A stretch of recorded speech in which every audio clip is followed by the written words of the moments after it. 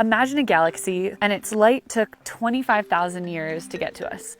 How far away is that galaxy? 25,000 light years away. Beautiful. Okay. Now imagine a galaxy that it took the light 13.4 billion years for the light to get to us. How far away do you think that galaxy is? I would imagine it's 13.4 billion light years away. The answer is actually 32 billion light years. How does that work? Wait.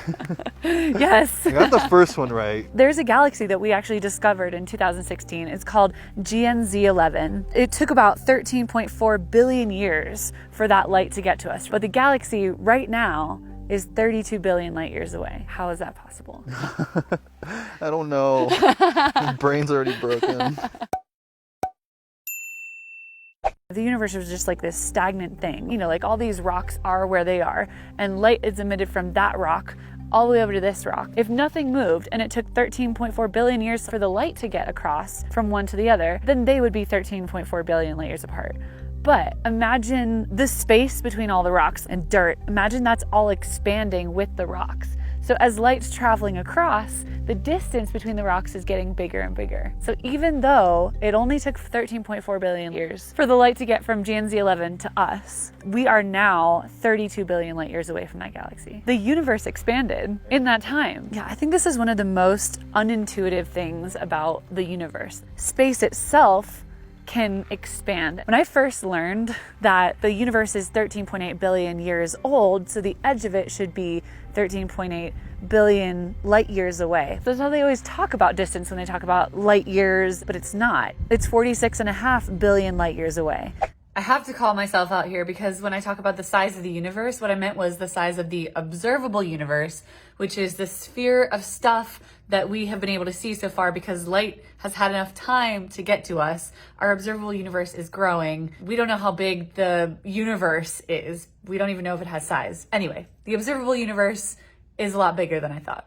I was so confused. How is it possible for the universe to be so much bigger than light has had time to get to us? That concept to me is so confusing and mind-bending, but it comes because all of space is expanding and stretching in the entire universe. Space is not this stagnant thing. It's not like this field of rocks. All of the space-time is spreading apart. There's more and more space being created, and the effect of that is that space is expanding with galaxies and carrying them apart from each other. You start to notice that galaxies are actually receding away from us. So the further away they are, the faster they're moving away from us. Something that's a megaparsec away from us is moving at 70 kilometers per second away. Something that's twice that, so 2 megaparsecs, is moving at 140 kilometers. You can keep going eventually until you get to 299,000 kilometers per second.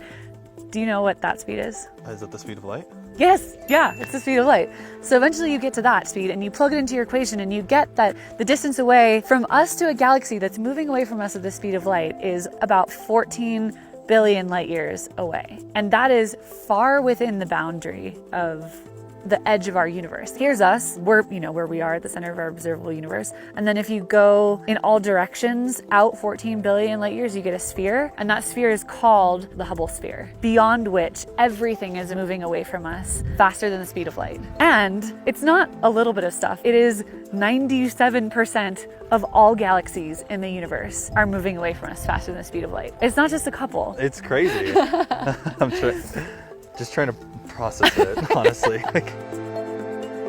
Here's a question. Do you think that we can see things that are moving away from us faster than the speed of light? Well, now that you said it, it doesn't sound like we could or will ever be able to, right? Before we learn how things can move faster than the speed of light, I want to share the sponsor of this video, 3M, and also my masterpiece. Turn the lights off and we're gonna turn the flash on and take a picture again.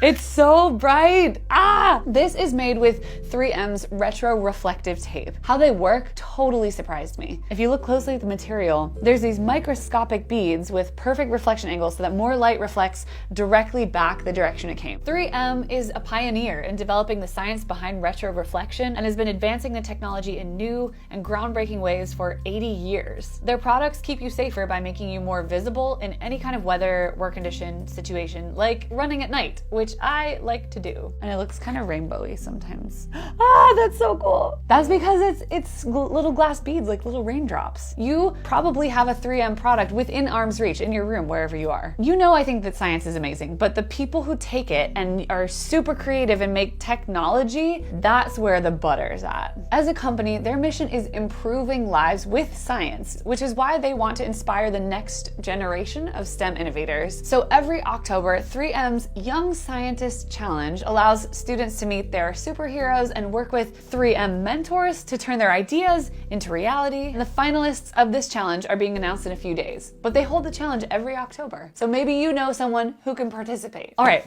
thank you so much to 3M for supporting Physics Girl. And now back to